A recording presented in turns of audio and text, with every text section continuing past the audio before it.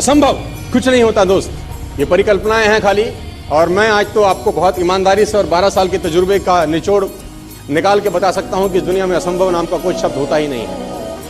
इंसान कभी भी चंद्रमा पर नहीं पहुंच सकता, पृथ्वी विज्ञान की अधिकतम सीमा है। डॉक्टर ली दी फॉरेस्ट मशहूर वैज्ञानिक हुए, बहुत बड़े साइंटिस्ट हुए, एक स्टेटमेंट इन्होंने पास किया 1955 के अंदर, 1955 ही पास द स्टेटमेंट कि इंसान कभी भी चंद्रमा पर नहीं पहुंच पाएगा। It is impossible for a human being to cross Indian globe, earth globe. और पृथ्वी विज्ञान की अधिकतम सीमा है, लेकिन किसी बहरे ने इस बात को सुना नहीं। और पहुंच गया एक आदमी अपना बस्ता उठा के, जिसका नाम था इन 1969। और उसके बाद तो स्पेस जर्नी ऐसी हो गई जैसे आप और मैं अभी पतिया और बैंकॉक चले जाते हैं।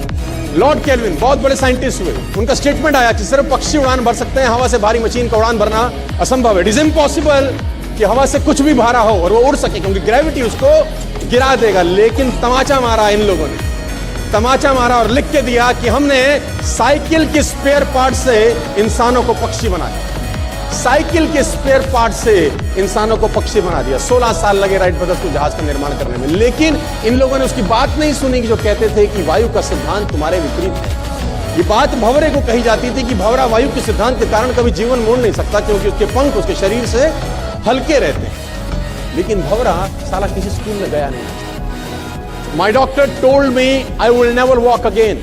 मेरे डॉक्टर ने मुझे कहा कि तुम कभी चल नहीं सकोगी।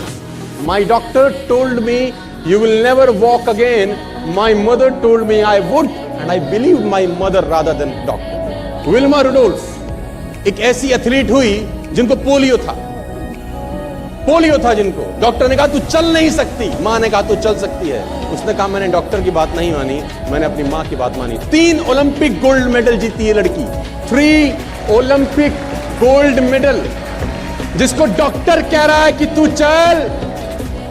लेकिन मां क्या बोलती है? मैं आपको उदाहरण देना चाहूंगा।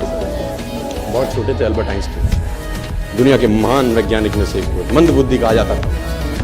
8 साल के थे, घर पहुंचे, मां को चिट्ठी दिया। When he was 8 years old, came to his home, related to his mother. मां को एक चिट्ठी दिया, मां ने वो चिट्ठी पढ़ा, 8 साल के, और चिट्ठी में प्रिंसिपल का खत था उसकी मां का। प्रिंसिपल ने ये लिख के भेजा कि आपका बच्चा विलक्षण प्रतिभा का धनी है, ग्रेट पावर है इसमें, क्योंकि बहुत बड़े साइंटिस्ट बने, बड़े मंदबुद्धि बचपन में समझा जाता है।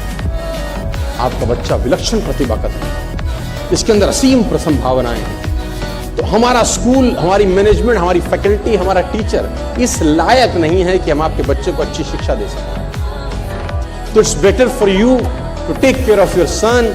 आप अपने बच्चों को अपने घर में पढ़ाइए, हम लायक नहीं है कि आपके बच्चे को पढ़ा सके। और उसकी माँ ने पढ़ते पढ़ते आंखों में आंसू ले आई और उसने बच्चे को कहा कल से तो स्कूल नहीं जाएगा, मैं तेरी परवरिश घर पे करूंगा, क्योंकि तेरा टीचर तुझे इस लायक नहीं समझता। मतलब वो अपने आप को इस लायक नहीं समझते। बच्चा खुश हुआ, मोटिवेट हो गया और लग गया। उसकी माँ का निधन हो गया और अल्बर्ट आइंस्टीन बहुत बड़े साइंटिस्ट हो गए। अल्बर्ट आइंस्टीन जब बहुत बड़े साइंटिस्ट हुए तो मकान शिफ्ट कर रहे थे अपना, और जीवन का सच्ची घटना वो अपनी ऑटोबायोग्राफी में लिखते हैं कि जब मैं मकान शिफ्ट कर रहा था तो एक ड्रॉस के अंदर मुझे वो व्हाइट कलर का पेपर फोल्डेड अवस्था में मिला। मुझे समझ नहीं था कि क्या है। मैंने उसको फोल्डिंग अवस्था से मिट्टी को हटा के जब खोला तो वो उस टीचर का लेटर था जो बहुत साल पहले टीचर ने मेरे हाथ में दिया था और मैंने अपनी माँ के हाथ में रखा था। अब वो बड़ी उत्सुकता के साथ उस खत को पढ़ने लगे। जैसे उन्होंने खत पढ़ना शुरू किया और वो जार जार होकर रोए। उसमें लिखा था कि तुम्हारा बच्चा मंदबुद्धि है, ये हमारे स्कूल के लायक नहीं है, इसको आज के बाद हमारे स्कूल में मत भेजना, इसकी परवरिश खुद की। माँ ने उल्टा पढ़ा, माँ ने उल्टा पढ़ा कि नहीं, ऐसा नहीं है, तू सब कुछ कर सकता है, तेरे हाथ पास पावर है, तेरे में प्रतिभा है, यू कैन डू वंडर्स। दोस्तों, इस दुनिया में किसी की बात मत सुनना, नेवर एवर बिलीव एनीबॉडी की जो तुमको बोले कि तू नहीं कर सकता, कान पे मारना, बोला साले तू नहीं कर सकता, हम करें।